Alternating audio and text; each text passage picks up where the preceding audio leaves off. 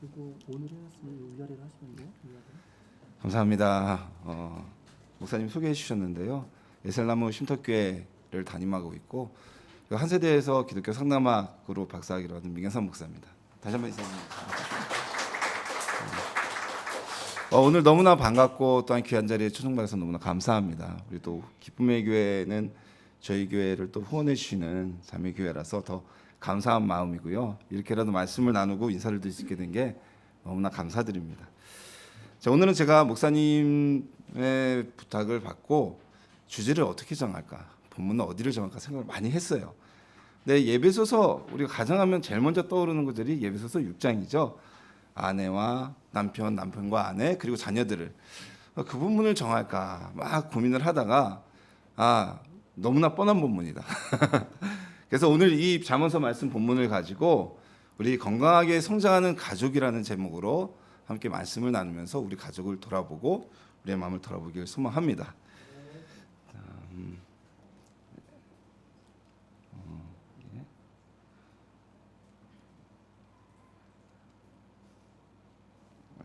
예. 제가 거꾸로 놓았나 보네.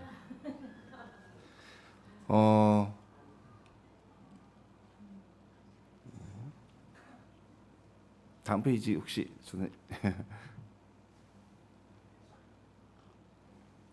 감사합니다. 제가 자료를 높게 넘겨드렸어요. 자, 우리가 가족이라고 얘기를 합니다. 가족의 의미가 무엇일까요? 가족하면요, 한자적으로는 말 그대로 한 집에 거하는 일족을 얘기를 합니다. 집가자에 일족 죽자죠. 그래서 한 집에 사는 사람을 의미합니다. 자, 그런데 오늘날에는 핵가족 시대를 넘어서 이제는 핵가족도 붕괴되고 1인 가족이 대다수인 시대가 되었습니다. 작년에 통계를 보면요, 전국의 가구 수의 약 30% 이상이 1인 가구로 구성되어 있다고 합니다. 그래서 정부의 주택 정책도 이제 1인 가구 위주로 공급하는 정책을 취하고 있죠. 자, 이게 과거 우리의 가정의 모습입니다. 우리 권사님들 어르신들 기억하실 텐데요. 제가 이 자료를 1988년 문화공보부에서 내온 책에서 떠왔습니다. 과거에는 이렇게 살았어요. 엄청나게 많은 가족이 살았죠. 대가족입니다. 저희 집이 개인적으로 밤마다 저녁마다 식사를 하면서 보는 프로그램이 있습니다. 전원일기를 요새 하거든요. 결혼하고 나서부터 계속 한 6년째 보고 있는데 그 전원일기에 보면 전형적인 우리나라의 대가족입니다. 할머니, 김회장 가족, 아들 가족, 나중에 초내가 넘어가면 손자 가족까지 거의 4대가 함께 거하는 가족. 이게 전통적인 우리의 가족의 모습이었습니다. 근데 이제는 이 가족의 모습이 바뀌었어요. 많이 바뀌었죠. 어떻게 바뀌었을까요? 식구라는 또 다른 모습으로 우리가 얘기할 수 있습니다. 그러니까 가족의 또 다른 의미가 식구라는 의미가 있는데요. 자, 가족은 한 집에 거하는 사람. 자, 식구 하면은 한자 그대로 하면 함께 밥을 먹는 사람을 얘기를 합니다. 가족이 이렇게 모여서 식사를 하죠. 그래서 한 가족의 식사를 하는 사람을 식구라고 합니다. 우리 성도님들 가족들과 함께 하루에 몇 번 식사를 하시나요? 온 가족이 모여서. 근서야 몇 번? 하루에 몇 번? 모르겠어요? 없어요? 제가 이 부분에 있어서는 많은 아내분들에게 빵점인 남편입니다. 제가 삼식입니다. 하루에 3끼를 다 집에서 먹습니다. 그리고 저희 두 아들이 이제 어린이집을 간 이후에는 우리 아이들과는 하루에 2끼는 함께 먹습니다. 점심은 아이들은 어린이집에 가니까요. 자, 이 함께 밥을 먹는다는 것은요, 정말 친근함을 가질 수 있는 행동입니다. 특히나 우리 한국인들에게 밥상을 함께 한다는 것은 굉장한 의미를 가지고 있는데요. 학창 시절에 도시락이나 급식을 함께 먹은 분들이 아마 있을 거예요. 굉장히 기억에 떠오르는 가까운 친구들이죠. 그리고 직장에서도 식사 시간이 되면 무리무리 지어서 함께 식사를 하시는 분들이 있습니다. 아무하고나 같이 먹지 않습니다. 자, 이 식구의 관계가 얼마나 중요하냐면요. 심지어 우리 남성분들 같은 경우에는 군대에서 같이 밥을 먹은 사람들 뭐라고 부르죠? 전우라고 합니다. 전우. 특별한 의미입니다. 같은 부대에 있다고 다 친한 게 아니에요. 함께 식사를 하는 같은 내무반 사람들이 정말 가까운 전우가 되는 겁니다. 자, 그런데 우리가 하루에 몇 끼를 식사를 하냐고 제가 여쭤봤는데 오늘날 가족 공동체가 붕괴된 가장 큰 배경 중에 하나는 하루에 한 끼도 식사를 하지 않는 가족이 늘어난다는 겁니다. 심지어는 하루에 한 끼, 일주일에 한두 끼 하는 가정도 많다 그래요. 아빠는 아침 일찍 일어나서 출근해야죠. 자녀들이 청소년기가 되면 또 아침 일찍 나가서 학원을 가야 됩니다. 저녁이 되어 아버지는 늦게 야근하고 들어오고 아이들은 또 늦게 학원 갔다 들어오면 하루에 한 끼도 할 수 없는 경우가 많아요. 자, 예전에는 우리가 한 식탁에서 가족의 삶을 나누었습니다. 어린아이들은 할아버지 할머니와 함께 식사하면서 삶의 이야기를 듣고 또한 가르침을 받았습니다. 그렇게 해서는 안 된다, 이렇게 사는 게 지혜다라는 가르침을 받았어요. 그런데 오늘날 가족이 한 자리에서 식사를 하지 못한다는 것을 보면 이건 어떻게 보면 우리나라의 가족 공동체 위기가 어디서 왔는지를 고려해 볼 수 있는 부분이기도 합니다. 자, 오늘 저는 우리 기쁨의 교회 성도님들과 함께 건강하게 성장하는 가족에 대해 말씀을 나누고자 합니다. 그리고 우리 가족의 시작이 과연 어디서부터 시작되었을까를 나누고요. 그리고 우리 가족이 정말 건강하게 성장하기 위해서는, 행복해지기 위해서는 어떤 방향성이 필요할지를 함께 나누는 시간 되기를 소망합니다. 자, 성경에서 가족 제도가 어떻게 탄생하게 되었는지를 기록하는 구절이 있습니다. 창세기 1장 마지막에 보면 하나님께서 남자와 여자에게 부부연을 맺고 그들에게 생육하고 번성하여 땅을 다스리라는 말씀을 한 것이 첫 번째 가족에 대한 언급입니다. 그런데 정확하게 가족에 대한 첫 번째 언급 나오신 말씀은 분명하게 말씀은 우리 창세기 2장 18절입니다. 우리 함께 읽어보겠습니다. 시작. 주 하나님이 말씀하셨다. 남자가 혼자 있는 것이 좋지 않으니 그를 돕는 사람 곧 그에게 알맞은 짝을 만들어 주겠다. 아멘.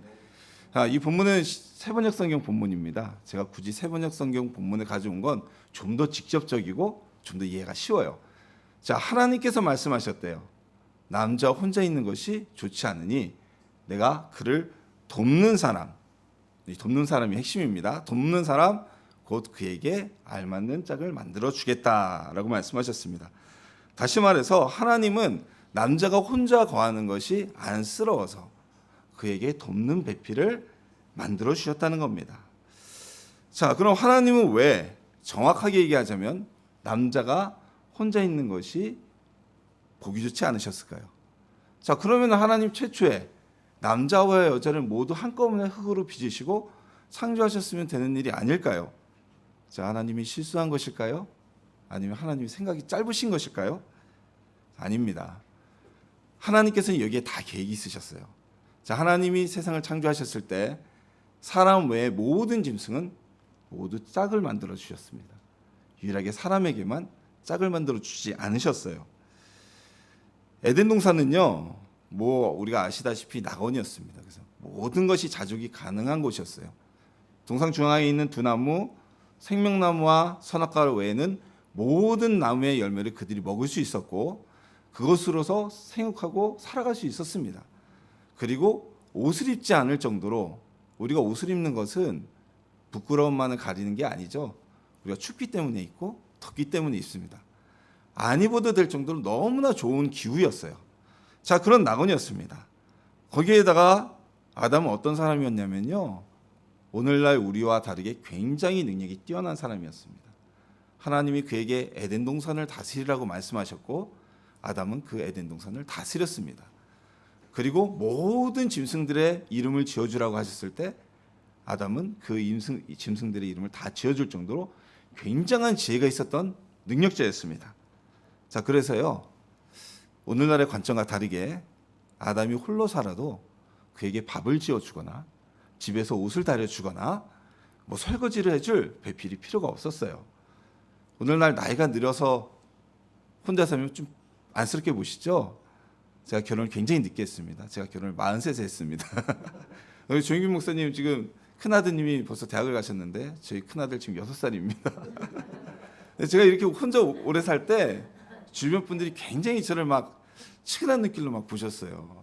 아이고, 혼자 나이 들어서 서울에 혼자 와서 사느라고. 근데 이 아담은 그렇지 않았다는 거죠. 굉장히 능력자였습니다. 오늘날 비혼주의자분들이 많이 늘어나세요. 결혼을 안 하겠다. 근데 이 비혼주의자는 둘로 나뉩니다. 첫 번째, 자발적 비혼주의자, 두 번째, 비자발적 비혼주의자로 나뉩니다. 그러니까 결혼을 안 한다는 건데 내가 그냥 스스로 안 하겠다는 분들이 있고 어쩔 수 없이 결혼을 안 하시는 분들이 있는 거예요. 자, 첫 번째, 비자발적 비혼주의자는 우리가 아는 그대로입니다. 이분들은 뭔가 경제적 사정이 여의치가 않거나 가족 내에 사정이 있거나 아니면 개인적인 어려움이 있기 때문에 결혼을 하고 싶어도 못하는 쪽이죠. 그래서 어쩔 수 없이 결혼을 못하기 때문에 비자발적, 어떤 사회의 기본 기준으로 볼 때 혼인을 할 수 없는 사정을 가지신 분들입니다. 근데 자발적 비혼주의자들이 있어요. 이분들은 스스로 결혼 안 하겠대요. 대부분 이런 분들을 보면요, 사회적으로 굉장히 유능한 분들이 많습니다. 경제적으로도 자립했고요, 사회적 지위도 상당히 높고요, 그리고 많은 사람들의 관심을 받는 분들이 많아요. 그냥 나는 결혼제도에 속박되지 않고 편하게 살겠다, 누리고 살겠다, 내가 살고 싶은 만큼. 그래서 다시 보면 비혼을 하시고 결혼을 안 하겠다는 분들은 되게 능력이 많은 분들이 많습니다. 자, 아담을 비교해 볼까요? 에덴의 모든 것이 그의 것이었습니다. 능력도 뛰어났습니다. 그런 아담이 굳이 불쌍해 볼 이유가 있었을까요? 자, 그런데 하나님은 그를 불쌍하게 만드셨습니다. 불쌍히 보셨습니다. 왜냐하면요, 이런 물질적 풍성함, 그리고 하나님의 위임으로 에덴을 경영할 수 있는 뛰어난 능력이 있었지만 그것만으로는 하나님이 보시기에 충분하지 않았던 겁니다. 그리고 그 다음 그를 좋을 존재로 하와라는 여인을 지어주시고 둘이 가정을 맺게 하셨습니다. 왜 그럼 아담은 첫 번째 사람으로 태어나고 하나님이 왜 하와를 안 지으셨을까요? 돌아가 볼까요? 아담이 처음부터 하와가 있었다면 자신의 배필의 존재를 귀히 여겼을지 모릅니다. 그냥 처음부터 같이 있었으니까 당연히 저 사람은 그래, 나의 배필이야. 그런데 아담이 혼자 살아봤어요. 그리고 하나님께서 그의 갈빗대를 빼셔서 여인을 만나 보여주었을 때 아담이 이렇게 얘기합니다. 네, 조금 더 뒤로 가야 되네요. 자, 네, 여기입니다. 자, 같이 함께 읽어볼까요? 그때 남자가 말하였다. 이제야 나타났구나. 이 사람, 뼈도 나의 뼈, 살도 나의 살. 남자에게서 나왔으니 여자라고 부를 것이다. 감동적이지 않나요? 없던 아내가 하나님이 지어주시니까 감동의 목소리를 외칩니다. 아마 많은 남성분들은 결혼하실 때 아내분들에게 이런 마음이 드셨기 때문에 결혼을 하셨을 거예요. 아마 여성 성도님들도 마찬가지셨어요. 이 마음이 없었다면 결혼하지 않으셨겠죠. 홀로 살아봤기 때문에 아담은 아내인 하와의 존재가 너무나 귀했던 겁니다. 그리고 그 존재에 감사할 수 있었던 겁니다. 자, 하나님께서 주신 모든 능력이 있었지만 아담이 하와를 통해 가정을 이루었을 때 그는 비로소 완벽한 존재가 되었습니다. 그리고 그 존재는 돕는 배필이 되어서 세상을 살아가는, 서로 의지하는 존재가 되었습니다. 자, 그래서 하나님은 가정을 이루라고 이렇게 선포하십니다. 다 같이 또 읽어보겠습니다. 그러므로 남자는 아버지와 어머니를 떠나 아내와 결합하여 한 몸을 이루는 것이다. 네, 아멘. 자, 이 본문을 읽으면 요즘에 이제 여성 인권에 대해서 많이 관심이 가시신 분들은 왜 남자만이냐 이러실 수 있는데 이건 종속적인 구절이 아닙니다. 남자건 여자건 어머니를 떠나 아버지를 떠나 남편과 아내와 결합하여 가정을 이루는 것, 이것이 하나님이 우리에게 주신 명령이고요, 가정이 탄생해야 된 근본 배경입니다. 자, 그런데 이렇게 가정이 탄생됐는데 이 배경에는 좀 특이한 배경을 깔고 있어요. 자, 볼까요? 아담이 배필이 된 하와는 무엇으로 만들어졌나요? 무엇으로 지어주셨을까요? 갈빗대입니다. 그렇죠? 성경에 보면 우리가 사람만 흙으로 지었다고 착각할 수 있는데 창세기 2장 말씀에 보면 하나님이 사람뿐만 아니라 모든 생물을 흙으로 지으셨다고 돼 있어요. 즉 세상의 모든 것을 흙으로 지으셨는데 아담의 아내인 하와만은 아담의 깊이 잠드시게 하시고 갈빗대를 가지고 지으셨다고 말씀하셨습니다. 기록되어 있어요. 자, 왜 그럼 하나님은 아담은 흙으로 지으시고 하와는 갈빗대로 지으셨을까요? 하나님이 귀찮으셨을까요? 제가 손에 흙 묻힌 걸 굉장히 싫어합니다. 성격이에요. 제가 심지어는 갈비를 뜯을 때도 갈비뼈를 안 들고 뜯습니다. 묻히는 걸 굉장히 제가 싫어해요. 하나님이 저 같은 분은 아니셨을 테고, 여기에는 하나님의 깊은 뜻이 담겨져 있어요. 하나님이 굳이 흙으로 또 다른 개체로 여성을 짓지 않고 그 남편의 갈빗대로 지었다는 것은 결국 이 두 부분은 다른 신체를 가지고 있지만 몸은 다르지만 한 몸이라는 것을 상징하는 말씀이신 것입니다. 자, 어떤 이들은 이 본문을 곡해하는 분들이 옛날에 있었어요. 그래서 남자는 몸이고 여자는 갈비대니까 남자가 여자들 위해 우월해. 남자 말 들어 이러는 분들이 있었어요. 근데 그거는 하나님이 말씀하시는 성경의 바른 뜻이 아닙니다. 왜냐하면 하나님은요 에덴 동산을 창조하시고 모든 동물들에게 이름까지 지어주신 분이세요. 아담을 시키셔서 이름을 지으셨죠. 자, 생각해 볼까요? 우리가 과거에 노비가 있던 시절에 노비한테 이름이 지어졌을까요? 안 지어졌을까요? 있었어요. 있긴 있었어요. 개뚱이 뭐 끝판이 이렇게 있었는데 중요한 성이 없었죠. 노비는 성이 존재하지 않았습니다. 나중에 구한말이 되어서 해방되면서 주인의 성을 받아 썼어요. 돈을 벌어서 족보를 샀거나. 근데 노비는 성이 없었어요. 왜? 노비는 그럴 가치가 없는 존재였기 때문입니다. 주인이 이름을 지어준 것도 단 한 가지 이유. 무엇일까요? 야 1번 노비, 야 2번 노비 부르기 어렵잖아요. 부르기 쉬우려고 이름을 지어준 거예요. 근데 하나님이 에덴에서 모든 짐승에게 이름을 주어주신 것은 서로 사람과 동물이 상생하고 있었다는 겁니다. 아담은 동물들에게 이름을 지어줌으로 그들의 고유한 존재를 부여해줬고 또한 그 둘이 싸우지 않고 상생하고 있었어요. 자, 그런 하나님이 하와를 남자에게 종속된 존재로 만들기 위해서 동물까지도 존중하셨던 하나님의 계획이 여성을 남성의 어떤 밑으로 들어가기 위해서 갈빗대로 지으셨냔 말이죠. 그렇지 않다는 겁니다. 둘은 하나입니다. 신체는 각각이지만 하나예요. 이 개념이 우리 신약에도 그대로 넘어집니다. 자, 교회의 머리는 누구시죠? 예수님이십니다. 우리는 교회 무엇입니까? 지체죠. 우리가 몸이죠. 자, 이게 우리 신약의 개념입니다. 동일합니다. 아내와 우리 각각의 몸이지만 그리스도이신 이 교회의 지체로 살고 있습니다. 우리 교회의 머리는 그리스도시고 우리는 그 지체입니다. 다 각각 다른 존재예요. 부부도 마찬가지입니다.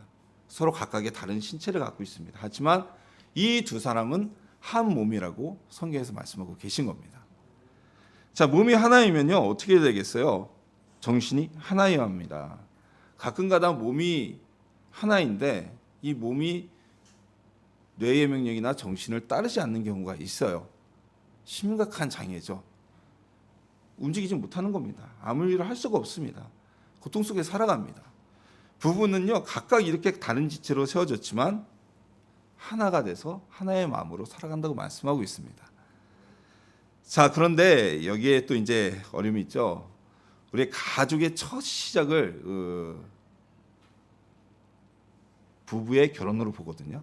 모든 분야에서 가족이 시작되는 것을 부부의 결혼으로 봅니다. 자, 그런데 이들 부부는 어떻습니까? 서로 다른 환경, 다른 가정, 다른 문화에서 태어나서 최소 20년 이상을 성장하다가 두 부부가 만나게 됩니다. 자, 옛날 고대에는 그랬어요. 아브라함이 그랬고 이삭이 그랬어요.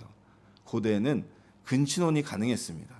즉 내 아내가 누구냐면 사촌이에요. 내 아내가 이모 딸이에요. 이런 경우가 가능했기 때문에 어느 정도 알겠죠? 어릴 때부터 같이 자라고. 근데 오늘날에는 근친혼이 허용되지 않죠. 자, 그러면은 최소한 아무리 같은 동네에서 제가 가장 오래된 커플을 보면 초등학교 때 동창이었던 친구들이 커플이 된 경우가 있습니다. 그래도 각 가정의 문화가 다릅니다. 학교에 만날 때 친구 집에 갈 때 잠깐 보았을 뿐이지 이런 다른 환경에서 만나서 가정을 이루게 됩니다. 자, 그러다 보니까 살아온 문화적 배경이 다르죠. 성장 환경이 다르죠. 생활 양식이 다르죠. 그러다 보니까 신혼초에 사사건건 잘못하면 부딪히기 시작합니다. 그리고 기싸움을 합니다.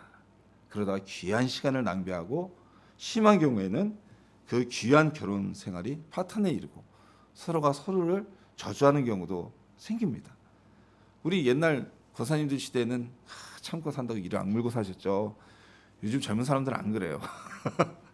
그냥 나의 갈 길을 가겠다, 아마 나의 갈 길 다가도록 행복하게 살겠다고 헤어집니다. 오늘날 다른 모습이에요. 왜 그럴까요? 서로 다른 환경에서 태어났으니까 당연한 겁니다. 어느 부부건 신혼에 다툼이 없는 부부는 없습니다. 저는 개인적으로 신혼부부들한테 자주 다투라고 얘기를 합니다.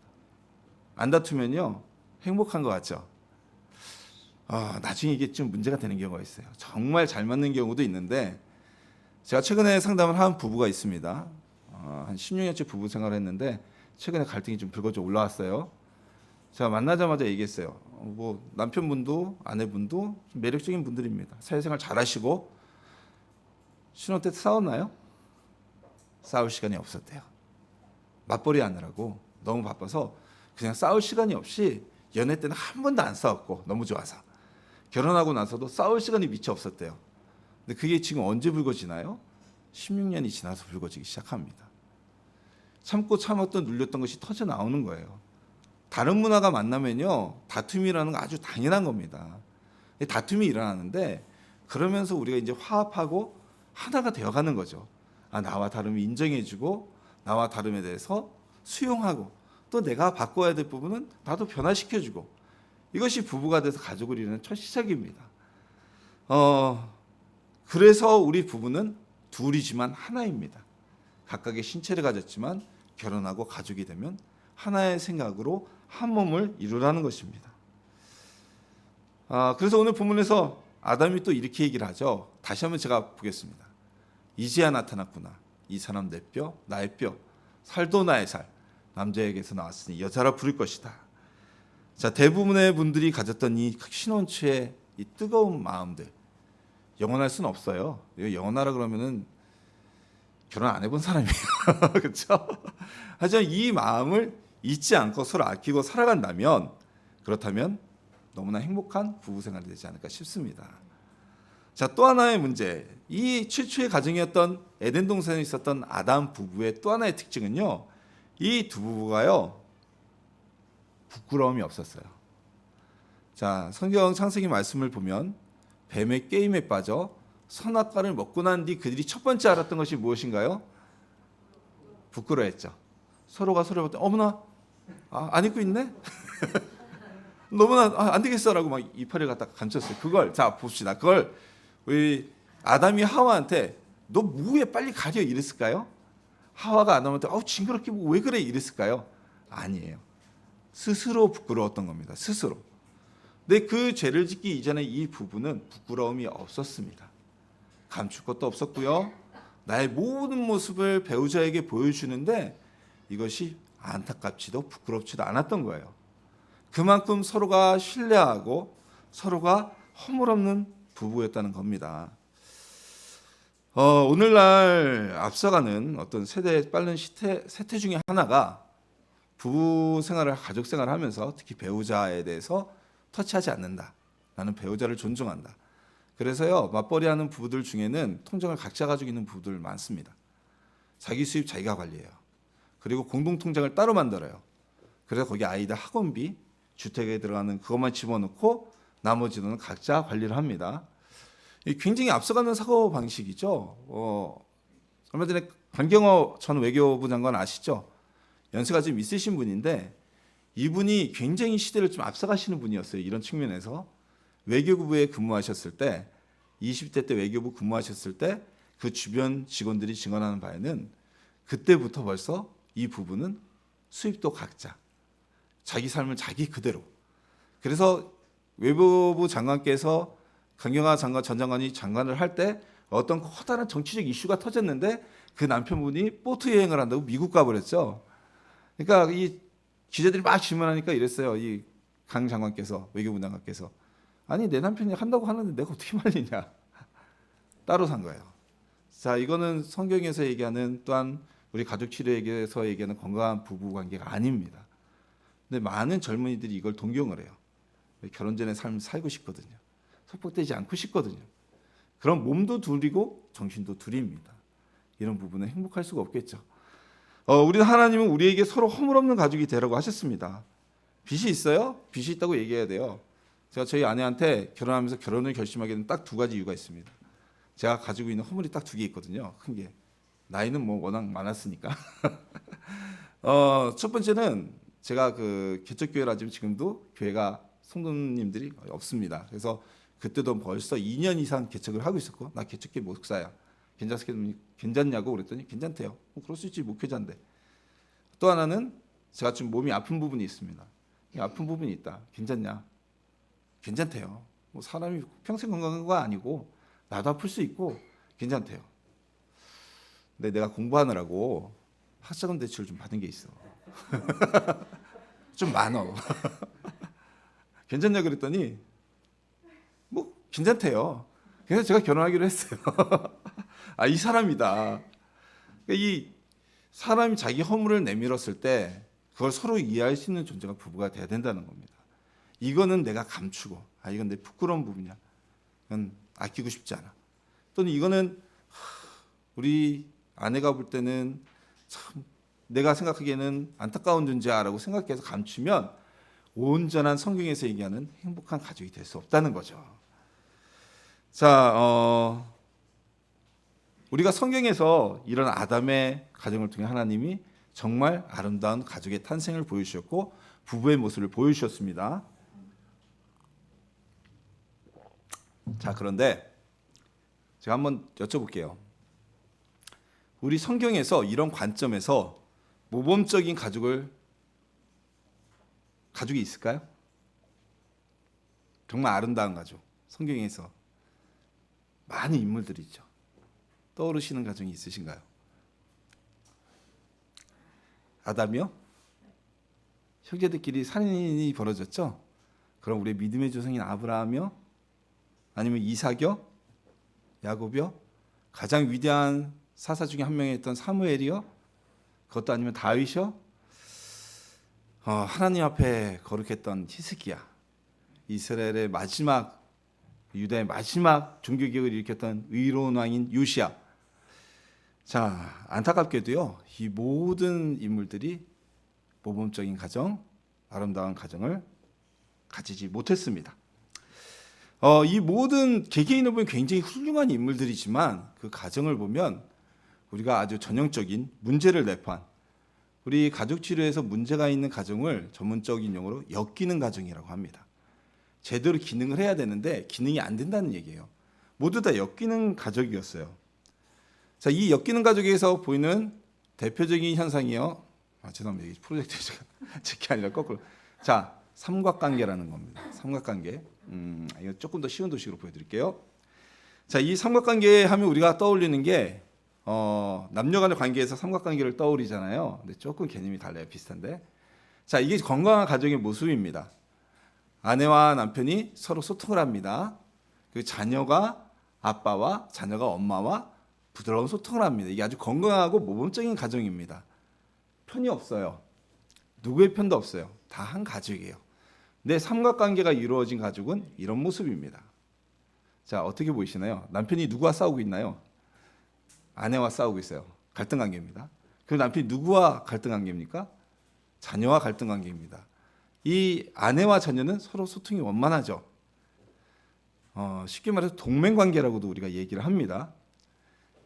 남편과 배우자와 갈등이 있는 한쪽 배우자가 자녀를 그 갈등에 끌어들입니다. 자, 지금 러시아에서 우크라이나를 침공했습니다. 그러니까 러시아는 우크라이나를 막 공격하고 있어요. 그러니까 우크라이나가 누구를 데리고 오려고 합니까? 나토나 미국 쪽을 자꾸 데려오려고 하죠. 러시아는 누구를 끌어들이려고 합니까? 중국을 끌어들이고 있죠. 이렇게 동맹관계를 맺는 걸 삼각관계라고 합니다. 자, 이런 삼각관계는요, 가족의 분열을 가져오고 부부 갈등 속에 자녀를 끌어들임으로 인해서 아이들을 희생양으로 만든다는 부작용을 가지고 있습니다. 자, 볼까요? 우리 이런 관계에서 제가 아브라함의 가족 한번 예를 들어볼게요. 자, 아브라함의 가족은 아주 전형적인 이 삼각관계의 가정입니다. 아브라함의 가족은 원래 아브라함에게 아들이 두 명이 있습니다. 큰아들 이스마엘, 둘째 아들 이삭입니다. 성경에서 하나님은 이삭을 장자로 삼으셨지만 생물학적으로 보거나 가족사연대로 볼 때는 분명히 이스마엘이 아브라함의 장자입니다. 비록 아내가 달랐을 뿐이지 아브라함은 똑같은 아들이니까요. 자, 그런데 이 가정의 분열이 일어납니다. 큰 비극이 벌어집니다. 아브라함이 첫 아내였던 하갈을 첩이었죠. 어쨌든 첩이었던 하갈과 함께 누구를 내쫓냐면 자신의 큰아들이었던 이스마엘을 쫓아내게 됩니다. 아주 냉혹하게 쫓아냅니다. 성경을 보면요. 아브라함이 그 당시 그 가나안 지역에서 굉장한 부자였는데 불구하고 하갈과 이스마엘을 쫓아낼 때 떡 몇 덩이와 물 한 부대를 어깨에 쥐어서 내뭅니다. 그들을 도울 하인도 한 명도 붙여주지 않았습니다. 정말 냉정하게 보냈습니다. 왜 이런 갈등이 벌어졌을까요? 아브라함에게 사라가 있었습니다. 그리고 결정적으로 사라만이 아니라 사라에게는 누가 있었죠? 사라가 낳은 아들 이삭이 있었어요. 사라가 이삭을 언급합니다. 이스마엘을 쫓아낼 때 성경을 보시면 이렇게 얘기하죠. 저 애굽에서 들어온 저 종의 아들이 나의 아들을 괴롭힌다, 조롱한다. 당신 이거 두고 보겠느냐. 즉 아브라함이 이스마엘을 쫓아낼 수밖에 없었던 것은 이삭 때문이에요. 사라가 이삭을 끌어들여서 아브라함을 압박했습니다. 그러다 보니 아브라함의 가정에서 이스마엘을 쫓아낼 수밖에 없었어요. 제가 아비가 돼 보니까 아브라함의 마음이 좀 이해가 가요. 아무리 하나님이 이삭을 장자라고 하셨다 그래도 나와 함께 십수년을 같이 자란 아이를 쫓아내는 거 그거 쉬운 일 아닙니다. 그럴 것 같아요, 저라면. 근데 어쩔 수 없었어요. 아주 전형적인 삼각관계입니다. 자, 그 다음을 볼까요? 그의 아들이었던 이삭입니다. 이삭 가정도 똑같이 삼각관계입니다. 자, 이삭의 가정에서는 리브가가 누구와 동맹을 맺습니까? 야곱이죠. 분명히 그 가정의 첫 번째 아들은 에서였습니다. 자, 가족사의 반복이에요. 아브라함의 첫 번째 아들 이스마엘이 쫓겨난 것처럼 이삭의 첫 번째 아들, 이 아들은 첩의 아들도 아니고 똑같이 리브가의 자녀였습니다. 이 첫 번째 아들이 모든 축복권을 빼앗깁니다. 이유가 뭡니까? 이삭이 안에 있던 리브가가 야곱을 편애합니다. 그리고 야곱의 편을 듭니다. 그래서 이삭을 속입니다. 전형적인 삼각관계에서 나오는 비극입니다. 자, 이 일로 어떻게 됩니까?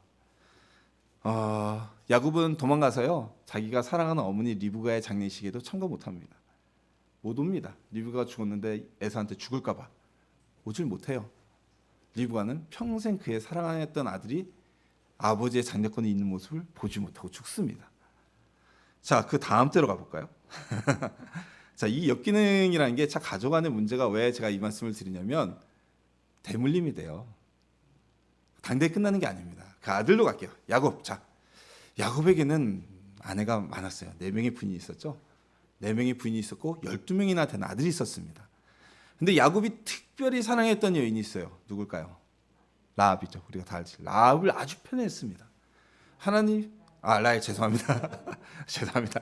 라헬을 편애했어요. 그래서 이 라헬을 굉장히 편애해서 어느 정도였냐면 하나님이 라헬의 태를 닫으셨다.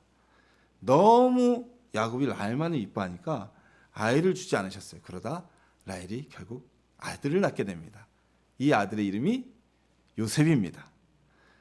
자, 근데 재밌는 게 뭐냐면요. 자, 그 단순하게 라헬의 아들이라 요셉을 사랑했다라고 보기는 어려운 게 라헬이 둘째 아들을 낳다가 죽습니다. 이 아이의 이름은 베냐민입니다. 그렇죠?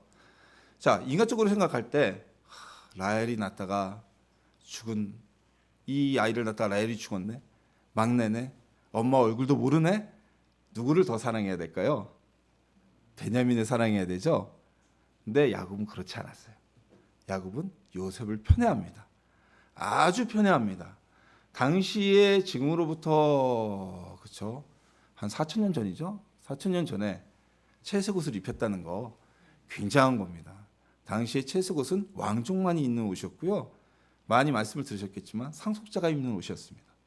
위로 형이 열이 있습니다. 근데 11번째가 공식적으로 상속자의 옷을 입고 돌아다닙니다. 그리고 이 요셉은요.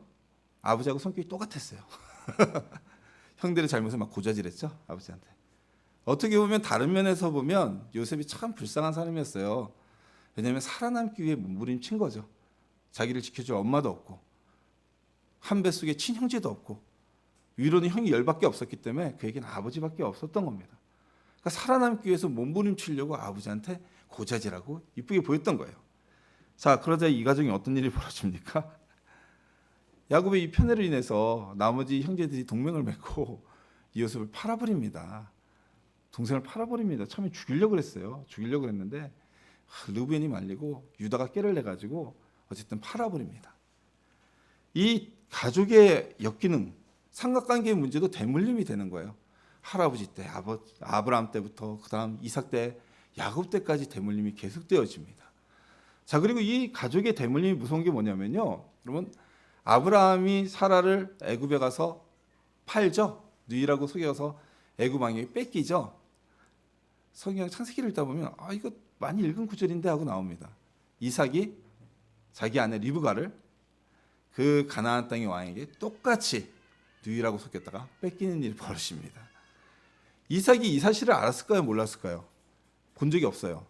이삭은 그 어머니가 90세 됐을 때 이미 애굽에서 나온 지 한참 지난 수십 년이 흐른 후에 태어났기 때문에 이 사실을 목격한 적이 없는데 이삭이 똑같은 행동을 하게 됩니다. 이걸 가족의 대물림이라고 그럽니다. 자, 우리 가족 치료에서 얘기하는 머레이 보웬이라는 굉장히 유명한 학자가 있습니다. 이 학자가 이런 말을 합니다. 건강한 가족은 경계선이 분명한 가족이다. 자, 말씀드렸다시피 이 삼각관계에서 한쪽 측면에 보이는 것처럼 서로 간에 소통을 합니다. 존중을 합니다. 대화를 합니다. 하지만 간섭하지 않습니다. 경계를 침범하지 않습니다. 내가 내 남편하고 싸우니까 너 내 편 돼야 돼. 아니면 내가 네 엄마하고 사이가 안 좋으니까 너 내 편 돼야 돼. 이런 행위를 하지 않는다는 겁니다. 이 가족이 정말 건강한 가족이라고 얘기를 합니다. 그리고 이렇게 경계선이 분명한 가족은요, 삼각관계가 형성되지 않습니다. 서로를 존중하고 경계선이 있기 때문에 나의 일에 자녀를 또는 부모를 끌어들이지 않습니다. 그런데 우리나라 같은 경우에 이게 잘 안 되죠. 결혼 이후에도 부모에게 의지하는 자녀, 그리고 결혼 이후에도 자녀를 간섭하는 부모들이 많습니다. 그리고 거기에는 사랑이라는 이렇게 커버가 탁 쳐집니다. 요즘같이 어려운 시대에 내가 너를 사랑하는데 사랑해서 도와주는 거야. 어떤 가족은요, 이게 너무 심해서 자녀가 결혼해서 아이를 낳았는데도 다 막 돈도 대주고 쌀도 대주고 가서 막 설거지 하나 하는 것까지 막 간섭하는 가족도 있고요. 어떤 가족은 이게 너무 극단적으로 가서 결혼하고 나서 부모하고 아이 연애 끊는 가족도 있습니다. 둘 다 건강한 모습이 아니죠. 건강한 가족으로 분화되지 않았기 때문입니다. 자, 오늘 본문에서 아까 읽은 본문에서 이렇게 말씀하죠. 이러므로 남자가 부모를 떠나 그 자녀와 합하여 둘이 한 몸을 이룰지로다. 다시 말해서 이미 분가한 가족은 그 가족으로 새로운 가족으로 탄생해야 된다는 겁니다. 가족이 탄생하고 부부의 결혼으로 가족이 탄생하고 거기에서 자녀가 태어나고 또 이 자녀들이 자라면 또 다른 가족을 탄생시켜야 된다는 겁니다. 이게 창세기에서 말하는 생육하고 번성하라는 명령이 참 의미해요.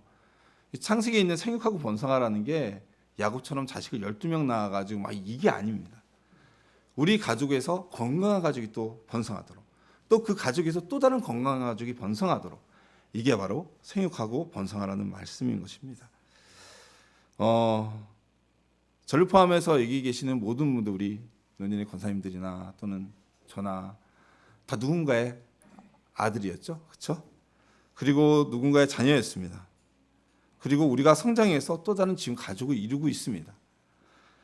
그 성장이 건강하도록 부모와 건강하게 분화되어서 건강한 가족을 이룰 수 있도록 양육하는 것이 지금 부모 세대의 가장 큰 과제이기도 합니다. 에베소서 6장 4절과 골로새서 3장 21절 말씀은요, 자녀를 어떻게 교육할지에 대해서 아주 매뉴얼적으로 나와 있는 본문입니다. 한번 볼까요? 네. 자, 여기 6장 4절 우리 함께 읽어보겠습니다. 또 아버지 된 이 여러분의 자녀를 노엽게 하지 말고 주님의 훈련과 훈계로 기르십시오. 자, 골로새서입니다. 어버이 된 이 여러분의 자녀들을 격분하게 하지 마십시오. 그들의 의기를 꺾지 않아야 합니다. 예. 우리 자녀들을 어떻게 가르쳐야 될지 아주 매뉴얼적으로 가지고 있는 성경의 말씀입니다. 자녀에 대한 설교만 나오면 항상 이 본문이 언급돼요. 성경이 두 군데밖에 없거든요. 잠언서 말씀은 좀 달라요. 자식에게 초리를 들고서 가르쳐야 우매함에서 벗어난다, 뭐 이런 말씀이 나오기 때문에 자, 우리 아이들이 어떤가 한번 볼까요? 아마 연세들이 다 우리 어린아이도 있지만 보통 어느 정도 다 자녀들이 성장했을 텐데 아이들의 사고방식이 고저는 아주 단순합니다. 심리학자들이 연구한 바에 의하면 아주 단순합니다. 그래서 흑과 백만 있어요. 아이들의 관점에서는 옳고 그름만 있습니다. 중간이 없어요. 이해가 안 돼요. 자, 예를 들어 볼까요? 오늘 제가 사실 10시에 저희 집이 여기서 차로 한 20분 걸립니다. 10시부터 택시를 잡았습니다. 택시가 안 잡혔어요. 그래가지고 제가 목사님한테 급하게 늦을지 모르겠다. 차가 너무 안 잡힌다. 그래서 10시 20분 다 돼가지고 택시를 타고 어떻게 감사하게 또 이렇게 늦지 않게 왔는데 그러면 전도사님이 주일학교 예배드리다 이렇게 교통 체증 때문에 늦어요. 그건 선생님들은 아유 그러죠 뭐 전사님 차가 늦는 거 어떻게 하겠어요. 전사님이 지각한 것도 아니고. 근데 아이들은 어떻게 반응하는지 아세요? 전도사님이 어떻게 예배 늦어요? 전도사님 하나님 말씀 어겼어요. 예수님 싫어할 거야. 딱 구분 짓습니다. 이게 어린아이들의 사고 구조입니다. 아이들은 이해를 못해요. 그래서 아이들이 이해하는 순간 아 그래요? 그럴 수도 있죠라고 이해하는 순간 이 아이들은 더 이상 아이가 아닙니다. 그만큼 성장한 거예요. 그래서 우리 범의 자녀 교육도 마찬가지입니다. 오늘 본문이 하시는 말씀 자녀들에게 격분하게 하지 말라. 이 아이들의 옳고 그름의 사고 구조 안에서 자녀들을 가르치실 때는 아이들을 이해시켜야 됩니다. 왜 혼나더라도 왜 내가 혼나게 됐는지 나의 혼남이 꾸중받음이 당연하다고 애들이 수용하면 그 수용은 상처가 되지 않습니다. 근데 그게 설명이 안 되죠?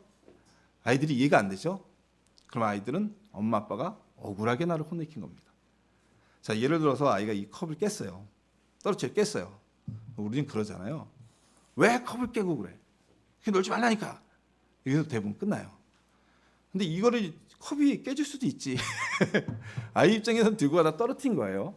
실수 던진 게 아니라 떨어뜨렸는데 부모가 그렇게 얘기하면 애들은 어떤 생각이 드냐면 억울해요. 나는 가다가 떨어뜨릴 뿐이 넘어진 건데 엄마가 나한테 화를 내네? 아빠가 나를 화를 내네? 그래서 그 전에 선결돼야 될 게 있죠. 안 다쳤니? 왜 컵이 떨어졌니? 를 물어보셔야 돼요. 그럼 애들이 이해를 해요. 가다가 넘어서 떨어졌어요. 그렇지? 근데 아빠가 이거 들고 다니지 말라 그랬잖아. 하면 상처가 안 돼요. 근데 대부분 이게 이해가 안 되기 때문에 아이들이 상처가 됩니다. 자, 이게 아이들이 상처가 되는 문제가 뭐냐면요. 존 브래드쇼라는 유명한 학자가 한 번쯤 들어보셨을지 몰라요. 요즘 뜨는 상담하기 이슈이기 때문에 상처 입은 내면아이라는 이름을 붙여줬어요. 아이들의 상처가 마음에 남아요. 그래서 이게 해소가 안 되잖아요. 성인이 돼서 그대로 나타납니다. 박사가 돼도요, 대통령이 돼도요, 유명한 정치인이 돼도 안 나타날 것 같죠. 그냥 올라와요. 그래서 아이들의 마음에 트라우마로 남는 상처를 우리는 주어서는 안 됩니다. 그래서 오늘 성경에서 하나님이 말씀하시는 거예요. 너희 자녀들을 격분하게 하지 말라. 이 말씀은 아이들의 마음에 분노의 상처가 가지 않도록 다독이면서 성경의 방식대로 내가 한 대로 훈계하라는 말씀을 주시는 겁니다. 성경을 볼까요? 하나님께서 특히 구약에 많죠. 여호와께서 누군가에게 벌을 내리실 때 그냥 꽉꽉 죽이지 않으십니다. 항상 그들을 불러 모으시고 그에게 말씀하십니다. 내가 너에게 이런 율법을 지켜 행하면 복을 준다고 약속하고 이 율법을 지켜 행하지 않으면 내가 너희에게 가져간 모든 것을 거둔다고 했는데 너희 안 지켰지? 하나님 그렇게 말씀하세요. 다윗에게도 분명히 말씀하시죠. 나란 선지자를 세워서 왕이 하나님이 왕에게 주신 것이 무엇이 부족하여서 우리의 아들이 취하느냐라고 맹렬하게 꾸짖습니다. 즉 하나님은 누군가를 혼내고 벌하실 때에도 왜 그가 혼나야 되는지, 왜 그가 벌을 받아야 되는지를 먼저 인지시키시고 인정하게 한 다음에 벌을 주시는 하나님이세요. 그냥 화난다고 막 갑자기 벼락을 때리고 이러시는 분이 아니죠. 우리가 자녀를 교육할 때도 이렇게 해야 됩니다. 화난다 저도 좀 욱하는 게 있어요. 가끔은 저희 아내가 막 말립니다. 하지 말라고 막 올라올 때가 있어요. 애들이 저희 큰애가 좀 둘째보다 큰애가 이따 보시겠지만 좀 착해요. 애가 마음이 열어요. 그래서 제가 갑자기 화를 내면 애가 딱 굳어가지고 어쩔 줄 몰라 하는 걸 제가 보여요. 근데 성경에서 그렇게 하지 말라는 말씀입니다. 그러니까 훈련이 돼야죠. 사람이라 이게 어떻게 되겠어요. 성령의 은혜를 변화받아야죠. 근데 이렇게 할 때 우리의 자녀들이 건강하게 자랄 수가 있다는 겁니다. 자, 그리고 우리가 자녀를 건강하게 자라게 하려면 또 한 가지 돌아봐야 될 게 있습니다. 우리는 우리 자녀에게 우리가 가진 상처의 유산을 물려줍니다. 나도 모르게. 아브라함이 이삭에게 그랬던 것처럼, 이삭이 야곱에게 그랬던 것처럼,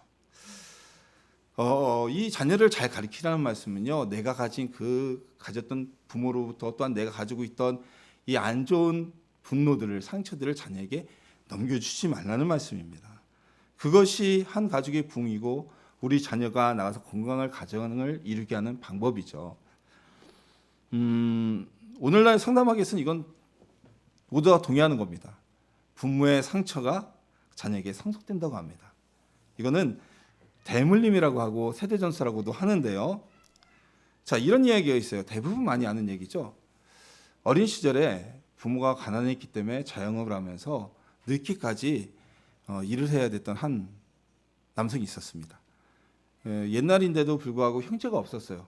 집은 가난했고, 뭐 오늘날이면 학원 보내겠죠. 태권도장 보내고, 뭐 저희 어린 시절에 그런 거 없었잖아요. 그러니까 늘 집에 오면 하는 게 집안에 앉아 혼자 있거나 친구도 없었기 때문에 집 앞에 계단에 앉아가지고 이렇게 멍하니 바라보고 있었어요. 굉장히 외로웠다고 합니다. 자, 이제 성장했어요. 그러면서 이렇게 마음먹었죠. 나는 우리 부모님처럼 절대 우리 아이들을 외롭게 하지 않을 거야. 나는 따뜻한 가장이 될 거야. 네, 성장해서 40대 중년이 되었을 때 이 남성이 가족과 함께 상담실을 찾아왔습니다. 가족들의 말, 너무 외로워요. 우리 집에 아빠 없어요. 우리 집에 남편 없어요. 자, 남성은 분명히 어릴 때 자기는 자기 부모처럼 안 한다고 했어요. 근데 똑같이 그의 가족들은 외롭다고 얘기합니다. 왜 그럴까요? 이 남성은요, 열심히 살았어요. 나름대로 직장에서 야근하면서, 그리고 일을 열심히 몰두하면서 가족들을 가난에서 벗어나주기 싶었습니다. 그래서 열심히 일했어요. 근데 가족이 입장에서는 어때요? 아빠가 필요할 때 아빠가 없었어요. 남편이 필요할 때 아내에게 남편이 없었어요. 돈만 벌어다 주고 집에 와서 쉬는 시간에도 그냥 혼자 외롭게, 어릴 때 그랬던 것처럼. 이 남성은 외로움에 그냥 익숙해진 거예요. 결혼을 했음에도 불구하고 혼자 있는 게 좋고 자녀들하고 대화하는 것도 왠지 어색하고, 그러다 보니까 똑같이 그의 자녀들도 경제적으로는 풍요로워졌을지 모르지만 아버지 없는 삶을 살게 된 겁니다. 이 가정의 문제만이 아닙니다. 우리가 가진 문제들이 있어요. 상처가 있어요. 가장 건강해서 우리가 가진 상처를 자녀에게 넘겨주지 않는 겁니다. 락강이라는 심리학자가요, 이런 말을 했어요. 부모는 자녀에게 자신의 욕망을 투사한다고 얘기합니다. 그러니까 부모가 자신의 자녀에게 내 욕망을 하라고 시킨다는 거예요. 비친다는 거예요. 우리 자녀들이 바라는 꿈이, 과연 우리가 자녀에게 바라는 꿈이 아이의 달란트를 고려한 것일까요? 주영빈 목사님, 아이의 달란트를 고려하고 계십니까? 그러시겠죠? 네. 많은 부모가요, 아이의 달란트보다는 내가 못하는 욕망을 던진다는 거예요. 자, 이런 거죠. 엄청 머리가 좋았어요. 공부도 잘했어요. 집안이 가난했어요. 학업을 못했어요. 정말 꿈이 있었는데 잘 된 남성이 있는데 그 아이가 아버지의 머리를 닮았나 봐요. 굉장히 공부를 잘해요. 그러니까 아버지가 말합니다. 얘는 앞으로 판사가 될 거야. 야, 너는 판사가 될 사람이야. 애는 뭣도 모르고 지가 진짜 판사 될 줄 알고 열심히 해요. 근데 그것은 아버지의 욕망이고 아버지의 바람이라는 거죠. 아이는 판사가 될 수도 있어요. 근데 아이의 꿈은 다를 수도 있다는 거죠. 집안이 가난해서 굉장한 음악적 재능이 있었는데 공부를 못해서 뒷바라지를 못 받아서 그만두었던 여성이 자신의 딸이 어릴 때부터 노래를 잘하고 피아노를 잘 치는 것을 보고 얘기를 합니다. 야, 너는 대한민국 최고의 음악가가 될 거야. 정말 아이의 달란트를 고려한 것일까요? 이거는 아이의 달란트가 아닌 자신의 욕망에 투사할 수도 있다는 겁니다. 우리가 얼마나 건강한 가족을 이루고 자녀들을 얼마나 건강하게 양육하고 계십니까? 여기는 하나의 키포인트가 있어요. 2개죠. 첫 번째, 내 욕망을 자녀에게 투사하지 말 것. 그에 앞서서 나의 분노를 아이에게 그대로 전달해서는 안 됩니다. 아이가 이해할 수 있게, 수용할 수 있게 설명하고 전달할 때 아이들은 상처받지 않고 건강하게 자랄 수 있는 겁니다. 상담학에서 가족 치료는요, 한 해 가족을 건강한 유기체로 보게 됩니다. 자, 볼까요? 이거 그냥 참고만 한번 해보세요. 자, 가족이 한 해 생명체라고 봐요. 그러니까 자라나는 나무처럼. 그래서 이 듀발이라는 학자가 만든 표인데요.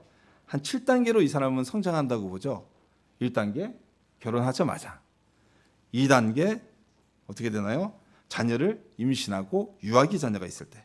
세 번째, 취학전의 아들 3단계, 4단계 자녀가 있는 가족.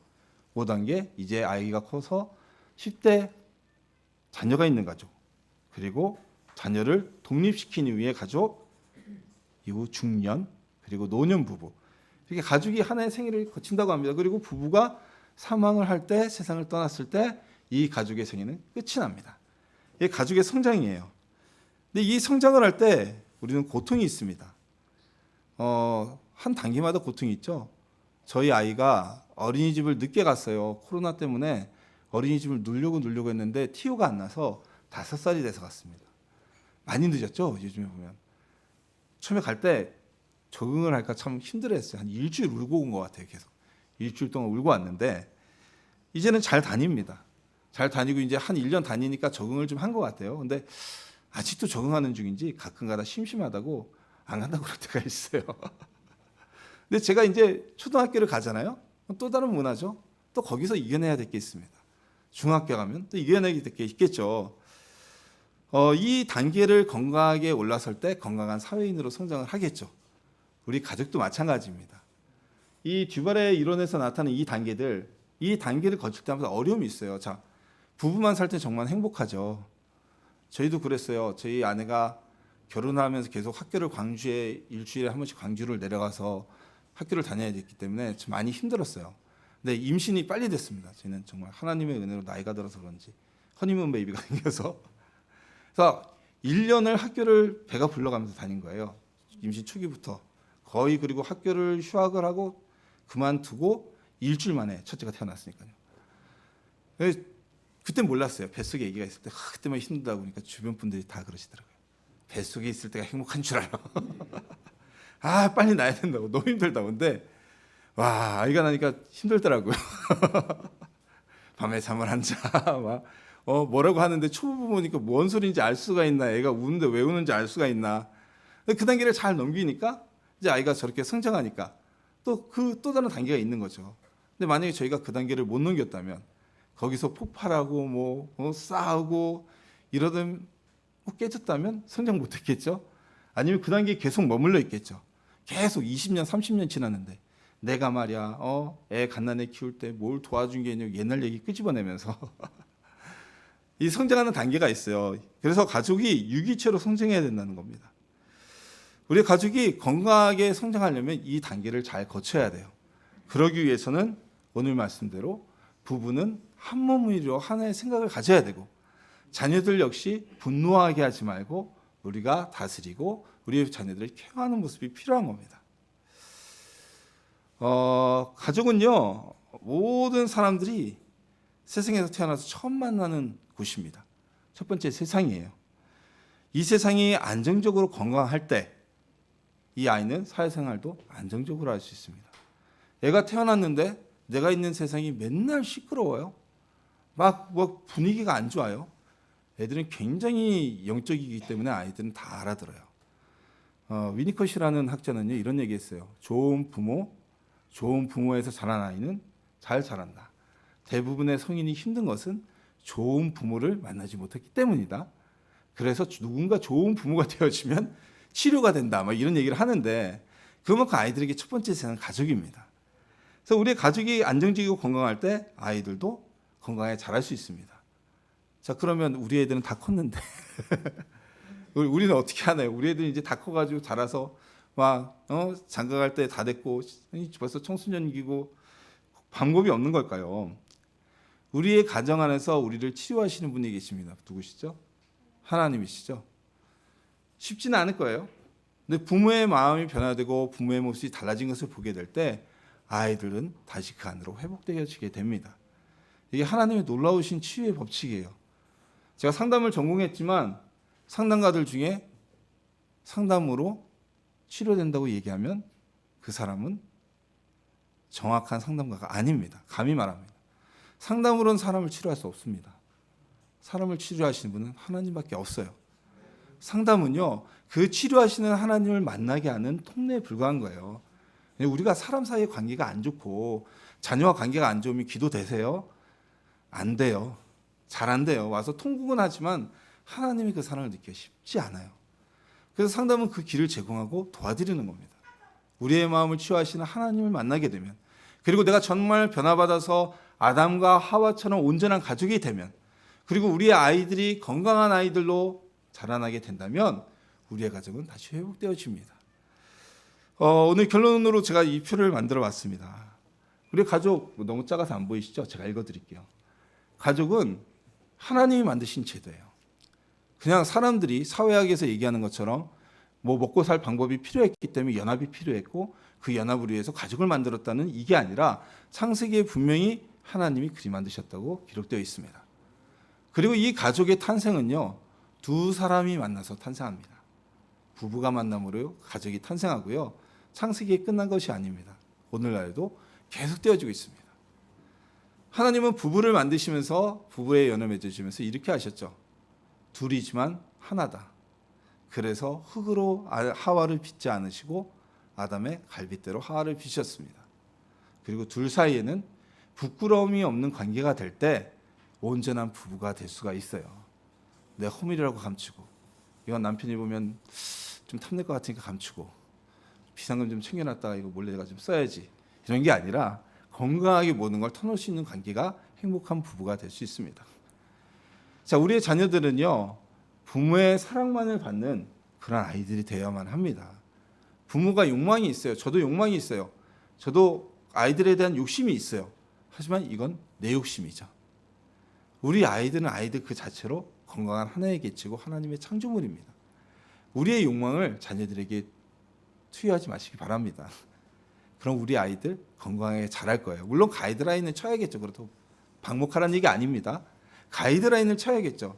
하나님께서 우리에게 십계명을 주신 것처럼 가이드라인을 치되 아이를 존중할 때 우리 아이들 건강하게 자라게 될 것이고요. 양육할 때 분노와 억울함이 없도록 해주세요. 정말 중요해요. 정말 마음 아픈 아이들 많아요. 어릴 때 이 상처를 가지고 나이 40이 넘었는데도 고통받는 사람들이 있습니다. 해결이 쉽지 않아요. 너무 오랜 시간 고통을 받아야 돼요.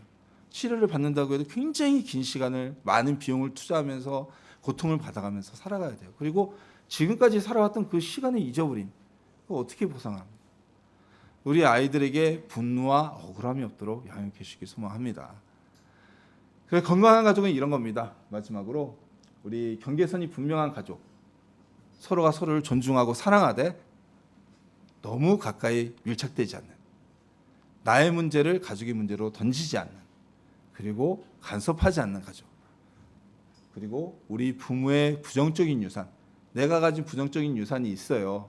그 유산을 아이들에게 유산으로 상속하지 않기를 소망합니다. 오늘 본문에서 우리가 좀 긴 시간 말씀을 나눴는데요. 이 창세기에 기록된 창조기사 속에서 우리가 가족의 창조 이야기를 다뤘습니다. 그리고 이러한 가족은 건강하게 성장할 수 있습니다. 어떤 이론이 아니더라도 성경 안에서 분명히 하나님이 우리에게 알려주시고 말씀해주고 계세요. 그리고 우리가 그것을 모른다고 할 때는 지금 나눴듯이 이러한 방법을 가졌을 때 우리의 가정은 건강하고 행복한 가정이 될 수 있을 줄 믿습니다. 우리 노년의 이 어르신 성도님들 걱정하지 마세요. 안 늦었습니다. 자녀를 위해서 많이 기도해 주세요.